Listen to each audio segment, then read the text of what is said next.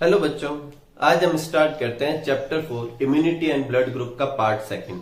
अभी तक आपने अगर पार्ट फर्स्ट विजिट नहीं किया है तो इस कार्ड पे क्लिक करके पहले पार्ट फर्स्ट विजिट कीजिए।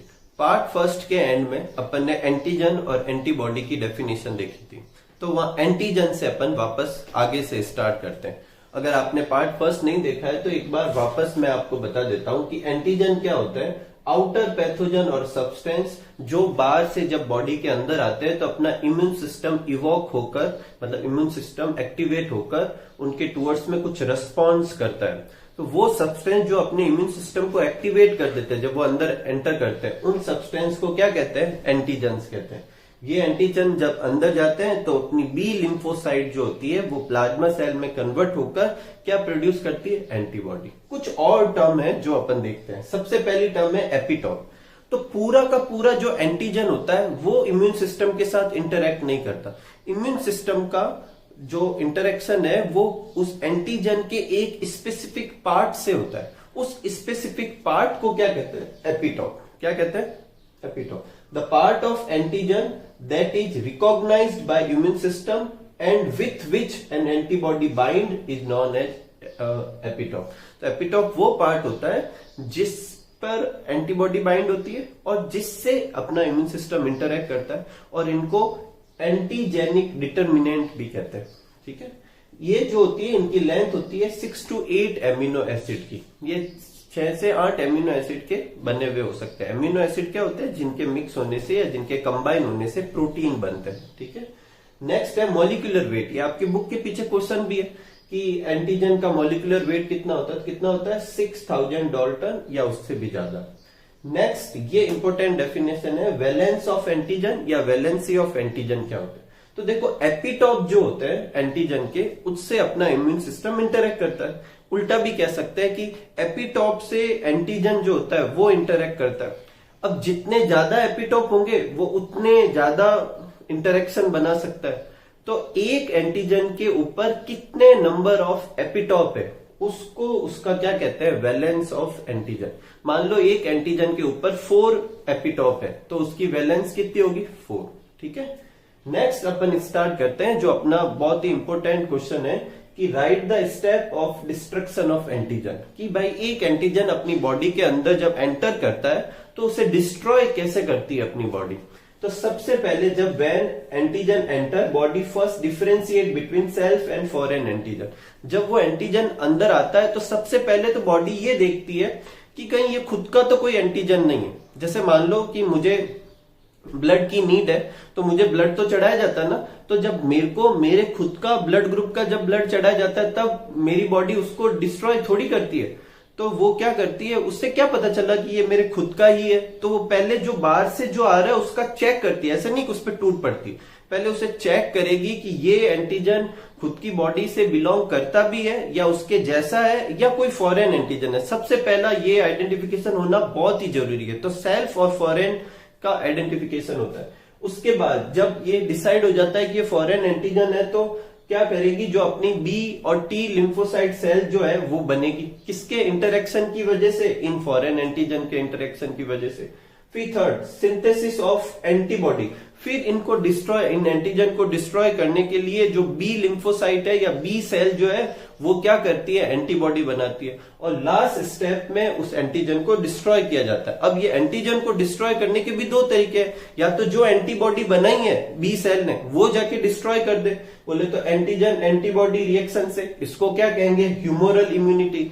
या फिर जो टी सेल बनी है वो जाके डिस्ट्रॉय कर दे, इसे क्या कहेंगे? CMI, cell mediated immunity. इस तरीके से अपना एंटीजन वाला पोर्शन कंप्लीट होता है। तो आप ये नोट कर लीजिए। अगला स्टार्ट करते हैं एंटीबॉडी।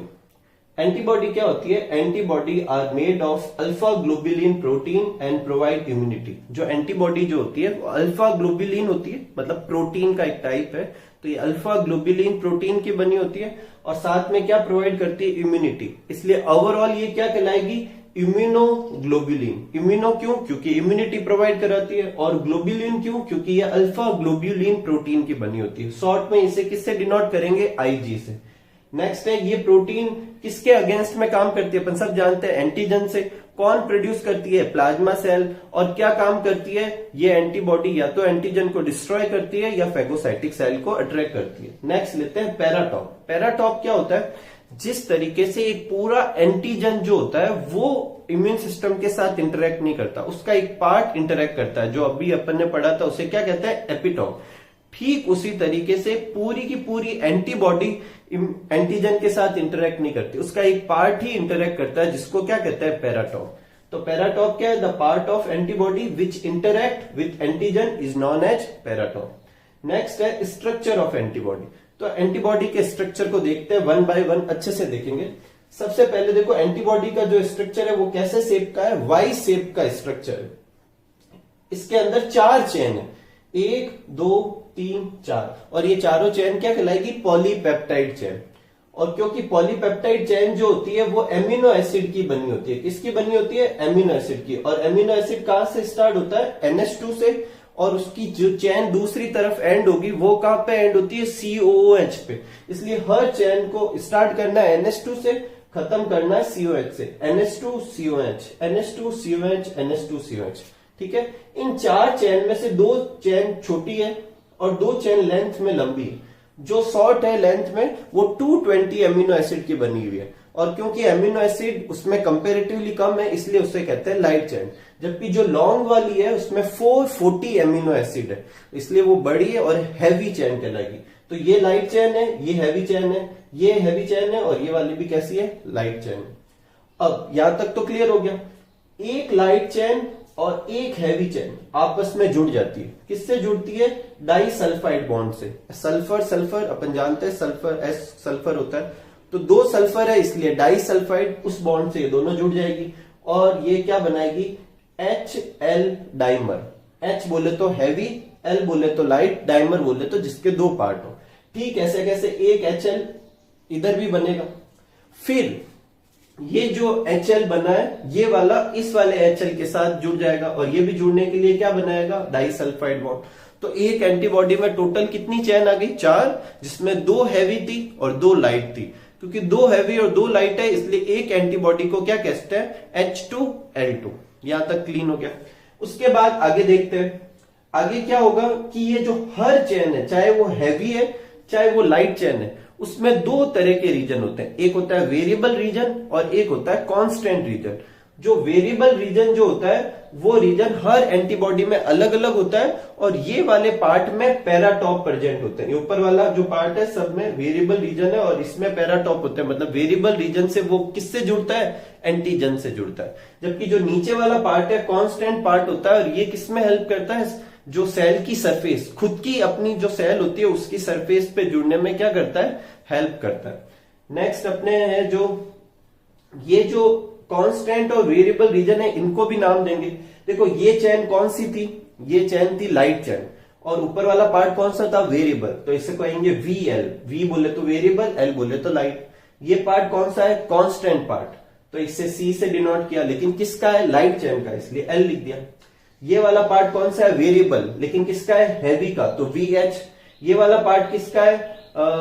हैवी चेन का, लेकिन कौन सा पार्ट है? कांस्टेंट। और इधर कांस्टेंट 3 है तो CH1, CH2 और CH3 3 नाम दे दिए। ठीक है। ऐसे कैसे इसमें भी होते हैं सेक्शन, ये अपन ने ये भी क्लियर कर दिया। अब जो वेरिएबल जो पोर्शन होता है उसे FAB भी कहते हैं।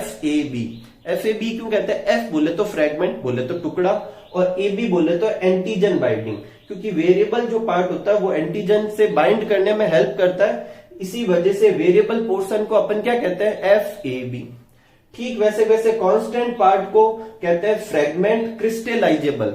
ये पार्ट का जो अरेंजमेंट होता है वो फिक्स होता है, इसलिए इसको क्या कहते हैं? फ्रेगमेंट क्रिस्टलाइजेबल। और ये कौन सा पार्ट कहलाता है? FC। तो वेरिएबल पार्ट को FAB कहते हैं, कांस्टेंट पार्ट को क्या कहते हैं? FC। ठीक है। वेरिएबल पार्ट जो होता है वो NH2 एंड वाले की तरफ होता है और कांस्टेंट पार्ट किसकी तरफ होता है? COH वाले एंड की तरफ होता है। लास्ट और बहुत ही इंपॉर्टेंट क्वेश्चन है वो है अपने हिंज रीजन। हिंज क्या होता है? तो हिंज बेसिकली क्या होता है? ये वाले जो एंड है इनको कहते हैं हिंज, जहां से ये ऐसे वाई शेप का जो ये ओरिजिन हो रहा है, ये वाला जो एंड पॉइंट होता है, जैसे इस वाले का ये स्ट्रक्चर क्या कहलाता है? हिंज। और ये जो हिंज होता है ये फ्लेक्सिबल होता है और इस फ्लेक्सिबल होने की वजह से जहां यहां पर जब एंटीजन आएगा तो जैसा उसका शेप होगा उसको फिट होने में थोड़ा फ्लेक्सिबिलिटी देने का काम कौन करता है? Hinge region. तो हिंज रीजन क्या होता है? फ्लेक्सिबल रीजन होता है which permit the variable portion of the antibody to adjust according to size of antigen and react with them. ये हिंज रीजन का क्वेश्चन आपके अलग से भी पूछा जा सकता है। तो ये इस तरीके से अपना पूरा एंटीबॉडी का स्ट्रक्चर होता है। ये बहुत ही इंपॉर्टेंट क्वेश्चन है, आप इसे अच्छे से नोट करें और अच्छे से नोट डाउन करके इसे अच्छे से पढ़ें। ठीक है, तो एक बार ये नोट कर लीजिए, फिर अपन आगे चलते हैं टाइप्स ऑफ एंटीबॉडी पर। नेक्स्ट है टाइप्स ऑफ एंटीबॉडी। तो टाइप्स ऑफ एंटीबॉडी 5 टाइप की एंटीबॉडी होती है और उन 5 टाइप की एंटीबॉडी को अपन एक ही वर्ड से याद रख सकते हैं और वो वर्ड क्या होता है? गैम्ड। आईजी क्यों लिखा हुआ है? आईजी अपन जानते हैं एंटीबॉडी को क्या कहते हैं? इम्यूनोग्लोब्युलिन। तो वो ग्लोब्युलिन का जी और आई किसको डिनोट करता है? इम्यूनो को। और कितने तरह की होती है? 5 तरह की। और इन गैम्ड के अल्फाबेट से अपन याद रख सकते हैं आईजीजी, आईजीए, आईजीएम, आईजीई और आईजीडी। अब ये अल्फाबेट किसको डिनोट करते हैं? आई इम्यूनो को डिनोट करता है, जी ग्लोब्युलिन को। तो ये अल्फाबेट किसको डिनोट करते हैं? तो जो ग्लोब्युलिन प्रोटीन होता है वो हर एंटीबॉडी में अलग अलग हो सकता है। तो 5 तरह की ग्लोब्युलिन चेन हो सकती है, गामा, एप्सिलॉन, डेल्टा, म्यू और अल्फा। और उनके बेसिस पे ये 5 नाम है। जिसमें ऐसा गामा ग्लोब्युलिन हो उसे कहेंगे आईजीजी, जिसमें अल्फा ग्लोब्युलिन हो उसे कहेंगे आईजीए, जिसमें म्यू ग्लोब्युलिन हो उसे कहेंगे आईजीएम, जिसमें एप्सिलॉन ग्लोब्युलिन हो उसे कहेंगे आईजीई, जिसमें डेल्टा ग्लोब्युलिन हो उसे कहेंगे आईजीडी। ये जो सिंबल है ये उन्हीं के नाम है, ये ग्रीक अल्फाबेट है, इसलिए इनके नाम थोड़े अजीब है। नेक्स्ट अपने क्वेश्चन है right the name of dimeric, pentameric, monomeric antibody. पहले अपन इन वर्ड के को समझते हैं। मोनोमेरिक, मोनो मतलब 1, मेरिक बोले तो पार्ट। तो मतलब ऐसी एंटीबॉडी जिसमें एक ही पार्ट हो, बोले तो एक वाई शेप जैसा सिर्फ एक स्ट्रक्चर हो। डाइमेरिक जिसमें वैसे 2 स्ट्रक्चर हो। और पेंटामेरिक जिसमें 5 ऐसे स्ट्रक्चर हो। तो मोनोमेरिक कौन कौन सी होती है? आईजीजी, आईजीई और आईजीडी। डाइमेरिक कौन सी होती है? आईजीए। और पेंटामेरिक कौन सी होती है? आईजीएम। जब 1 2 3 4 5 ऐसे स्ट्रक्चर मिलकर एक ही एंटीबॉडी बनाती है। वो वाई शेप के 5 स्ट्रक्चर जुड़े हुए। सबसे लार्जेस्ट कौन सी दिख रही है आपको इन सब में? आईजीएम। तो अगर पूछे लार्जेस्ट एंटीबॉडी कौन सी होती है तो आईजीएम। पेंटामेरिक एंटीबॉडी कौन सी होती है? आईजीएम। डाइमेरिक कौन सी होती है? आईजीए। और मोनोमेरिक कौन सी होती है? आईजीजी, आईजीई और आईजीडी। ठीक है, तो अच्छे से ये सब लर्न करने। नेक्स्ट है कि मोस्ट एविडेंट एंटीबॉडी कौन सी? सबसे ज्यादा पाई जाने वाली एंटीबॉडी कौन सी है? तो कौन सी है? आईजीजी। नेक्स्ट है antibody which can cross placenta. Mother जो होती है वो फीटस को सारे न्यूट्रिशन, रेस्पिरेशन, एक्सक्रिएशन सारे प्रोसीजर किसके थ्रू करवाती है? प्लेसेंटा के थ्रू। तो प्लेसेंटा से उसे इम्यूनिटी भी प्रोवाइड करवाती है। लेकिन सारी एंटीबॉडी प्लेसेंटा को क्रॉस नहीं कर सकती सिवाय एक एंटीबॉडी को छोड़कर, और वो एंटीबॉडी कौन सी होती है? आईजीजी। नेक्स्ट क्वेश्चन है कि first antibody produce in response to antigen. जब अपनी बॉडी में कोई बाहर से एंटीजन जाता है तो उसके रिस्पॉन्स में सबसे पहली एंटीबॉडी कौन सी बनती है? तो सबसे पहली एंटीबॉडी बनती है आईजीएम और उसके बाद बनती है आईजीजी। लेकिन उसका आईजीजी का तभी लिखें जब वो पूछे। अगर पूछे फर्स्ट कौन सी बनती है तो आईजीएम, पूछे सेकंड कौन सी बनती है तो आईजीजी। नेक्स्ट क्वेश्चन है antibody present in mother milk. Mother के मिल्क में कौन सी एंटीबॉडी होती है? तो कौन सी होती है? आईजीए। और यही वजह है कि न्यू बॉर्न को मदर का मिल्क पिलाना ही चाहिए। क्यों? क्योंकि वो सिर्फ मिल्क नहीं है, साथ में वो एंटीबॉडी भी प्रोवाइड करवाता है जो बच्चे की इम्यूनिटी के लिए बहुत जरूरी होती है। तो कौन सी एंटीबॉडी होती है मदर के मिल्क में? आईजीए। इस क्वेश्चन को आपको इनडायरेक्ट भी पूछ सकते हैं कि कौन सा एंटीबॉडी वाइटल होती है किसकी इम्यूनिटी के लिए? न्यू बॉर्न के लिए। तो कौन सी होती है? आईजीए। और लास्ट क्वेश्चन है कि ऐसा कौन सी एंटीबॉडी है जो एलर्जिक रेस्पॉन्स से रिलेटेड हो? तो कौन सी होती है? आईजीई। और ये मास्ट सेल और बेसोफिल सेल के ऊपर वर्क करती है। मास्ट सेल और बेसोफिल सेल दोनों ही एलर्जिक रेस्पॉन्स से रिलेटेड है और उनके ऊपर काम करने का काम कौन करती है? IgE antibody.